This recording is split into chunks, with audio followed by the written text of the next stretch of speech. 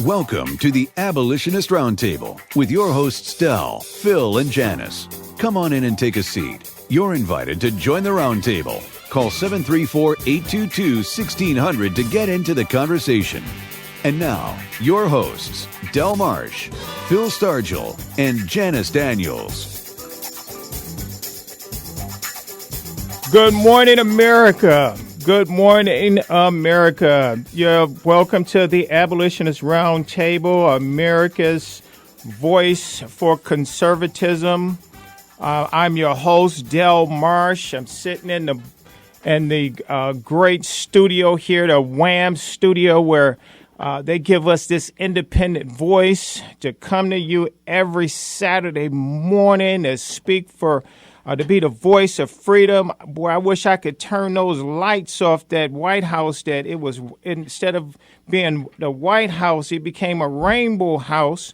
Yes, folks, yes, today we're going to pin this in our hearts of history. June 26, 2015 was the saddest day in American history. Absolutely, it was the saddest day where five people in robes made a decision for 310 million people.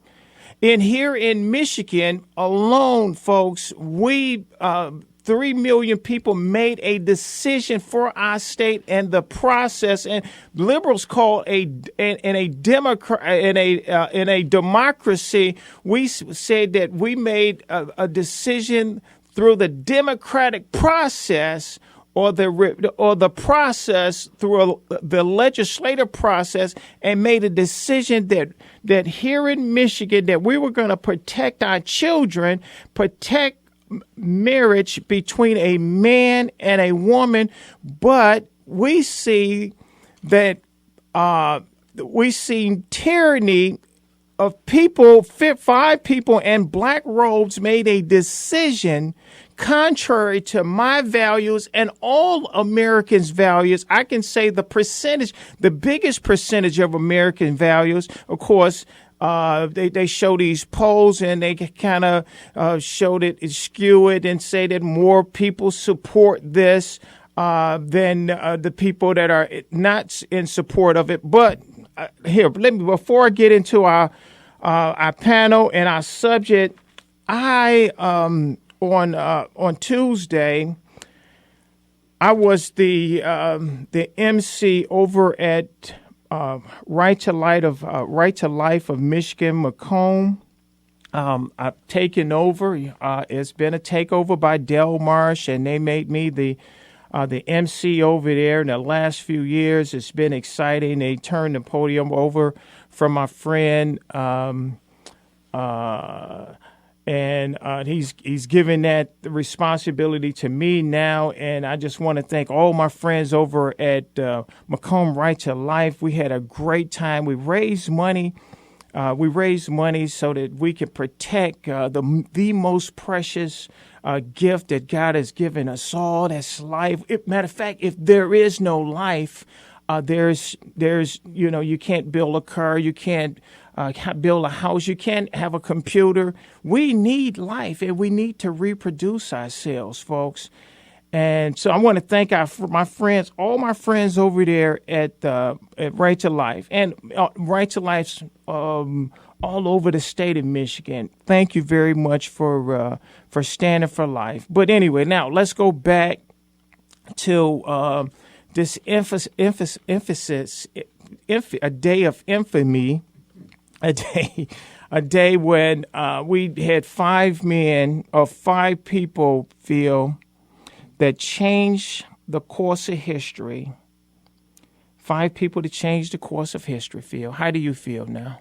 Well, first of all, the election that was in Ireland, was it? When they elected to do the same thing that these 5 judges done. The bad part about it is everybody was talking about how great an election it was. But what about the election where the people said that they rejected the same type of legislation, and it was overturned by judges.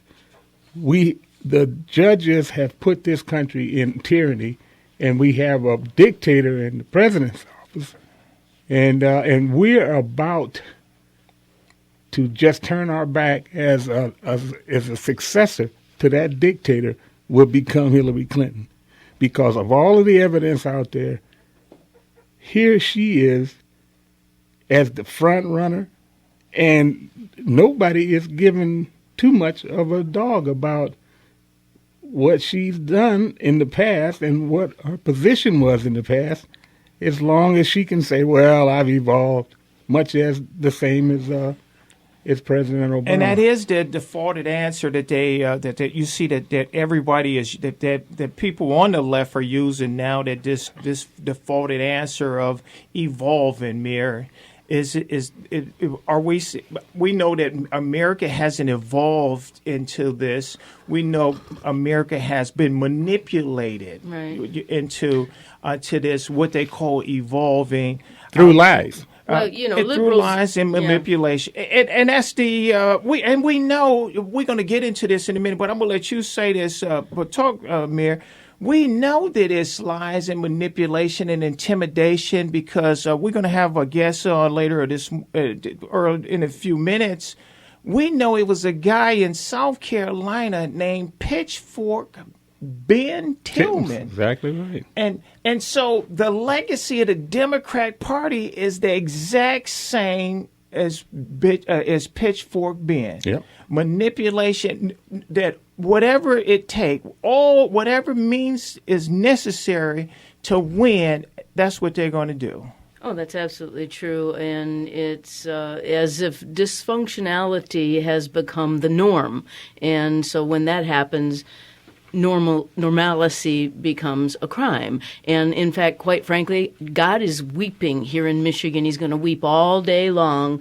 It's been raining, and it's going to rain all day long. And they say that rain is God's tears. What I find so incredibly difficult to understand is one of the justices who turned history on its ear, John Roberts, made statements in his dissent of the homosexual marriage issue that if he applied it to his Obamacare decision, he contradicted himself 100%, and so that then makes me wonder about his mental stability.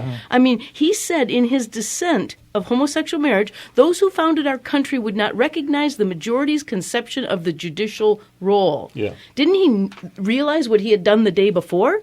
He says, they, after all, risk their lives and fortunes for the precious right to govern themselves. And yet he denied us the right to govern ourselves by changing the wording of Obamacare. And so where's the consistency? There is none anymore. Well, that's why it's a tyranny. That's exactly right. Judicial tyranny. Judicial tyranny. And executive dictatorship. Absolutely. And then, of course, we have cowards at the state level. Governor Snyder just says, well, we're just going to have to go along with it, even though it's unconstitutional on the face of it. We have a country that is governed by the consent of the the government by the consent of the governed. That means that us. The people, that's us. Right. We voted for marriage to mean one man and one woman. And then just by the stroke of a pen, we have judges in black robes overturning the will of the people, and our governor doesn't support the state's rights. And the executive, he abstained. He told his Solicitor General not to challenge or not to protect. The marriage amendment. That's right. That's the law, and that's in his oath of office that you will protect and defend the Constitution and all laws. Matter of fact, and then the Attorney General had a meeting. With Eric Holder was the Attorney General. He had a meeting with all the Attorney Generals and said if you have a law that you don't like, you don't have to protect it. Right. That's why I say that we are under a tyranny. The chief law enforcement officer that want to tell attorney generals over their states and that's what he was referencing, that particular the marriage amendment. And here's the scary thing about this is that you hear so many people talk about this is constitutional law. People that should know better. This is not constitutional law. This is civil law, and this is